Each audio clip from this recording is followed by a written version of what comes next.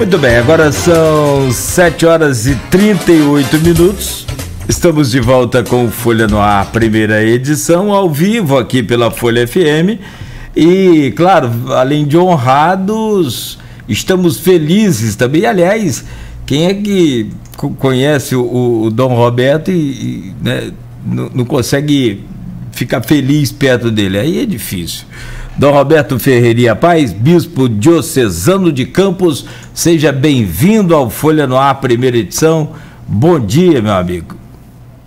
Bom dia, a paz e a saúde. Amém. Integral. Bom dia, Dom Roberto. Obrigado. Bom dia, Carolísio. Deus abençoe. Amém. Nós estou. Também. Amém. Já tínhamos falado antes. Eu sei, estou brincando com o senhor. Obrigado. Tem aqui, o senhor tem fãs aqui no stream aqui comentando. Jorge Gonçalves, sempre muito bom ouvir o bispo Dom Roberto. Ele, com esse jeito tempo e coerente de se expressar, nos cativa a todos. E o que ele prega é o que todos nós queremos. Respeito acima de tudo entre as pessoas. Então, o bom dia do Jair, concordo, gênero, número e grau. Dom Roberto, a gente conversando sobre a pauta para o programa, eu confesso que nem tinha visto todos os casos, como ele alertou para um caso de Miracema. A gente teve 2 casos recentes agora, um em Miracema, né? E o outro foi no Mato Grosso, de padres tradicionalistas que publicamente teceram alguns comentários considerados ofensivos pela comunidade LGBT. Os 2 foram agora no mês de junho, né? Um aqui vizinho nosso, em Miracema, outro em Mato Grosso. Os 2 ganharam repercussão nacional. Como é que o senhor viu um caso e o outro? Bom dia. Bom dia. Na verdade, são 2 intervenções diferentes. A do padre de Miracema se referiu a uma política de Estado. Então, ele tem pleno direito de concordar ou discordar. E não se referiu ao tema LGBT, senão à conveniência de colocar uma política pública, como de fato Rio contra a homofobia, uma política de Estado no Rio de Janeiro para a proteção desse coletivo. E ele, claro, talvez dirigindo-se à sua, como ele explicou para o advogado, aliás, nos explica, que ele não quis falar a nível público, estava simplesmente explicando a sua divergência com essa política do prefeito, que levou ao solar de Miracema. O outro foi um comentário desrespeitoso a 2 jornalistas. E isso por isso não estão na mesma linearidade. Ambos mostraram, digamos, dificuldade em entender essa equação, concordar, aceitar, respeitar e acolher. Podemos concordar ou discordar. Há elementos que devemos concordar toda a humanidade, por exemplo, direitos humanos, dignidade da pessoa humana, todo mundo tem que concordar. Agora, há outros aspectos, por exemplo, sobre a antropologia cristã, teoria de gênero, que podemos discordar na abordagem, e é lícito, porque é uma teoria ainda, e não destitui ou não substitui uma antropologia. Agora, aceitar comportamentos, respeitar sempre e acolher sempre. Porque isso leva ao diálogo, isso leva à amizade social. Essa é a posição da Igreja. Vejam, há um documento muito importante, que é Homem e Mulher os criou para uma via de diálogo sobre a questão do gênero na educação. A via do diálogo. Escutar, tratar de entender, porque me parece que os 2 renomados sacerdotes não entendem muito a questão de gênero. E parece que só fazem uma abordagem moral, e não deixa de ter essa abordagem, mas não é a única, e pode ser muito reducionista esse enfoque. Porque, inclusive, o Papa Bento XVI, quando era o cardeal Ratzinger, já em 1986, falava da pastoral para as pessoas homossexuais, falava de acolhê-las, falava de que não se pode culpabilizá-las. Então, estamos já em 2021, de 1986 até aqui, há uma longa estrada, e esse tipo de abordagem me parece que não leva a nada, não respeitar, não acolher, não escutar, especialmente porque nós estamos numa sociedade plural, na qual as pessoas têm autonomia para expressar isso do que a tenham. Então, a Igreja de Francisco trata de contribuir ao diálogo sempre, justamente a ter empatia, colocar-se no lugar do outro, não para concordar em tudo, não é isso que se trata, porque aí eliminaríamos a democracia, eliminaríamos a liberdade de expressão. Agora, a liberdade de expressão não pode ser nunca justificativa para agredir, ou para destratar, ou para desconsiderar o outro na sua dignidade. Dom Roberto, nós temos aqui várias perguntas no grupo de WhatsApp, qual faz parte do programa e do blog, Opiniões. Tem várias perguntas aqui deixadas ao senhor, mas como esses dois episódios nasceram com padres ligados à ala tradicionalista, tem uma pergunta aqui do Odelfran Lacerda, jornalista, que pergunta aqui ao senhor: caro Dom Roberto, como estão a conveniência e as relações com o clero tradicionalista na Diocese de Campos, após a decisão papal de eleição da Associação São João Maria Vianney, a reintegração dos conservadores diocesanos à Igreja Católica? Ele pergunta como é que está. A resposta está bem, estamos em comunhão, e tem sido, eu falava com o Cláudio antes, o único caso de um cisma ter sido superado na base do diálogo, na base do pacto.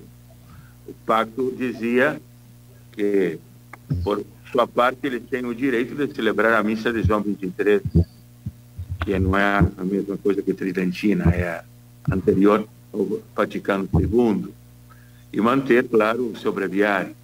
Por outro lado, aceitam o concílio e a missa de Paulo VI, que é a missa conciliar. E mais, houve, claro, Dom Rifan participa da CNBB, das assembleias, e nós tratamos porque é um pouco confuso para digamos, o pessoal de uma diocese territorial ter dois bispos diferentes no mesmo território. Mas, apesar disso, dessa dificuldade que pode gerar confusões, eu diria, eles seguem a boa tradição, fazem uma hermenêutica de continuidade do Vaticano II, querem continuar, e isso é correto. Agora, os tradicionalistas que às vezes a gente se refere são outros, que estão fora da igreja, que atacam o Papa Francisco e que realmente são bolsões anticatólicos, porque no fundo, se não respeitam o Papa, que é o princípio de unidade, onde é que está a Igreja Católica? Então, um pouquinho... e não constroem, porque também não a gente os chama a dialogar e talvez a São Pio X já chegamos a um acordo sobre os casamentos, sim, porque isso beneficia as famílias, dar segurança às famílias.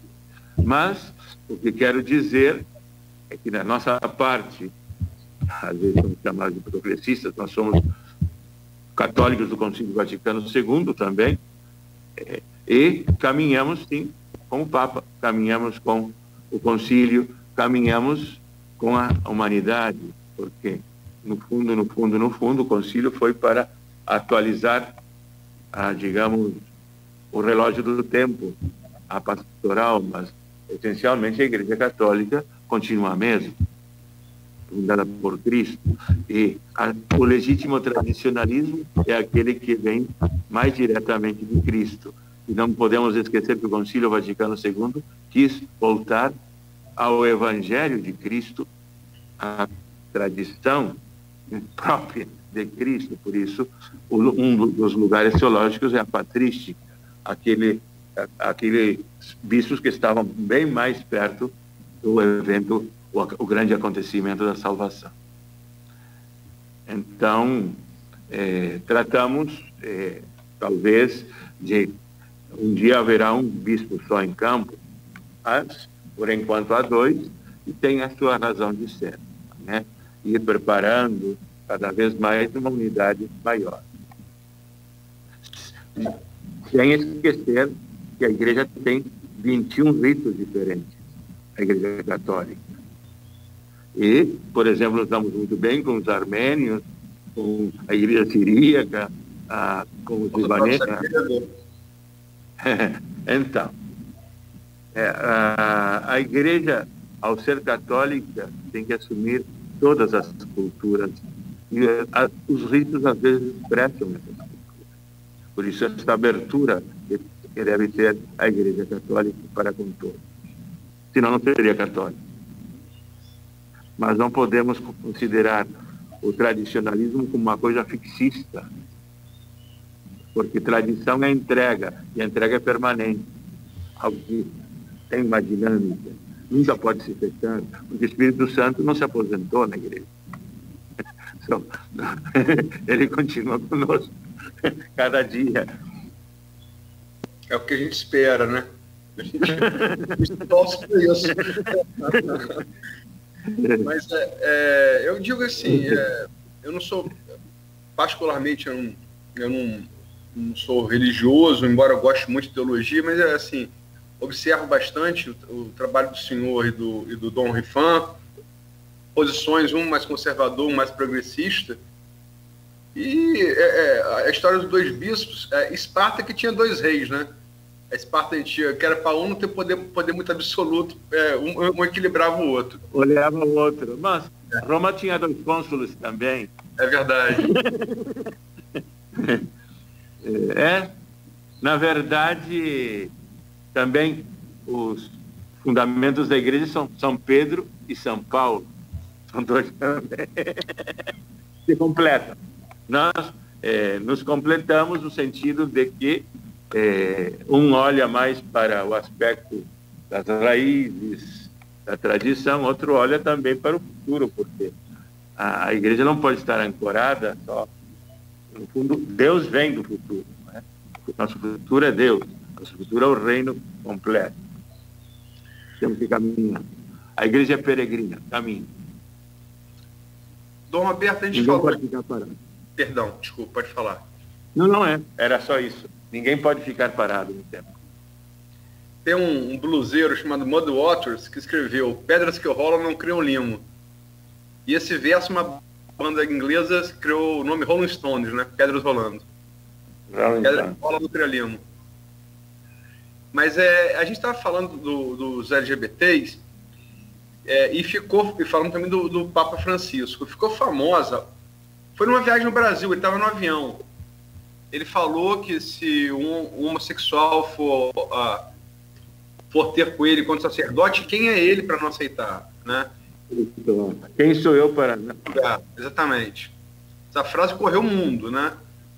E, no entanto, a gente sabe que uma instituição com 2.000 anos de tradição, as mudanças são mais lentas, costumam não ser tão rápidas, né? Elas acontecem, mas elas são mais lentas. Como é que o senhor encara e o senhor distingue a postura do Papa Francisco e a postura da Igreja? São a mesma, não é? Ele está já simplesmente trocando em miúdos, de forma pastoral, o que já Bento XVI tinha feito em 86, como já referi. O próprio Catecismo da Igreja já recebeu e deu um passo a mais, porque, na verdade, existem não só pessoas homossexuais, existem homossexualidades, existem outras pessoas que não se identificam com a homossexualidade, que são transexuais, que são assexuados, que são intersexuais, que são pansexuais, que são... Então, é dizer, a questão se tornou muito mais complexa, por isso você fala de teoria de gênero, as disforias, as contradições entre que a pessoa é sexualmente ou como a pessoa se sente ou se identifica mentalmente, né? Então, isso... Agora, isso não deixa de haver ou não invalida a antropologia cristã que nós continuamos e o próprio Papa Francisco defende também, lógico, senão não seria Papa. Mas isso nos leva, claro, a ter um olhar de misericórdia, de compreensão dessa questão também. Às vezes nós não entendemos o drama dessas pessoas, porque ninguém gosta de estar dividido interiormente. Ninguém nasce, eu quero ser assim. Bom, somente um desejo. Tem que se ver todas essas teorias, em que medida são respaldadas numa antropologia e naquilo que é a singularidade da pessoa humana, a sua profundeza, o seu mistério, na verdade. Então, eu gostaria de dizer que a doutrina nos deve levar também a dialogar com a ciência. E a ciência, nisto ainda não tem a sua palavra definitiva, me parece. Está se desforoçando. Mas, em todo caso, o que nos interessa, como dizia São João Paulo II, o caminho da igreja é a pessoa humana. Estamos a serviço da pessoa humana. Então, queremos compreendê-la melhor. E, para isso, o Vaticano tem várias academias. A Academia da Ciência, a Academia da Vida, a Academia das Ciências Históricas. E tem como assessores cientistas que não são católicos, que colaboram conosco para que a gente tenha cada vez uma visão mais abrangente. O bispo, o Papa Francisco, que o senhor falou agora há pouco, sofreu uma cirurgia recentemente e foi no intestino grosso, né? Considerada de verticulite, né? Uhum. Parece que para retirada de uma parte do intestino. E a gente gostaria de saber, esse procedimento de média complexidade, ele já era previsto para ser feito, foi de emergência, porque isso eu não consegui acompanhar aqui na imprensa. E como ele está, né? Ele está, segundo o que foi o boletim médico do Gemelli, bem, se recuperou bem e não suspendeu as suas viagens que estão daqui a poucas semanas. Então, se houvesse assim alguma complicação, ele teria já descartado toda a sua agenda, mas confirmou. Então ele entra numa convalescência tranquila. Posso dizer isso. E não foi... Hoje, com alegria. Que bom, que bom. Não, aí a gente também, aí eu tomo a liberdade aqui de emitir uma opinião pela questão da atuação dele, né? Um líder também carismático que nos remete aí a João Paulo II, né? Que fez uma passagem extraordinária. Eu acredito que a humanidade precisa dessas lideranças morais e espirituais, o Dalai Lama e outro. Eu diria que até, e não quero puxar brasa para meu negócio, o Pepe Mujica, o presidente do Uruguai, também ele é porque às vezes a classe dirigente carece de estadistas, aqueles que pensam mais no mundo, aqueles que dão respostas para a pessoa humana. O político está muito ligado ao poder hoje, ligado ao imediato manejo do poder e trata de cuidar da imagem. São poucas as lideranças mundiais que transcendem isso. Né? E então, por isso, são importantes, porque são pessoas guias, especialmente nesse momento de pandemia. Bom, Aloysio, são 7h58. Se quiser fazer alguma conexão para o próximo bloco, temos aí assuntos importantes e não menos do que esse que a gente falou agora. Praça da Bíblia, Capi, tem análise aí do governo Vladimir ainda. Fique à vontade, então vamos ao intervalo comercial, ok? Só repetir aquela brincadeira de antes do último intervalo. E Dom Roberto falou, puxa a sardinha para mim, eu vou falar do Pepe Mujica, que foi um grande presidente, formação católica consistente, foi um grande presidente. Dessa onda da esquerda na América Latina, nos anos 2000, né, no início do milênio, certamente, na minha modesta opinião, foi o grande nome, né? Uruguaio, e Deus é brasileiro, o bispo é uruguaio, o papa é argentino, os paraguaios que se cuidem. Boa, muito bom. E o Mujica tem imagens marcantes dele, pela passagem dele do governo, mas a do Fusca é sensacional, né? É extraordinário. E não era demagogia, era verdade. Era verdade. Inclusive, ele foi a um dos encontros do Papa Francisco com movimentos sociais, e o Papa disse dele, aqui está um político que justamente dá sentido a esta função. E ele começou a dizer, se vocês querem entrar na política para ganhar dinheiro, não é esse o lugar. E se vocês querem entrar no seminário para fazer carreira, não é esse o lugar. A política é o lugar do serviço. O serviço gratuito, o serviço generoso, o serviço para o bem comum.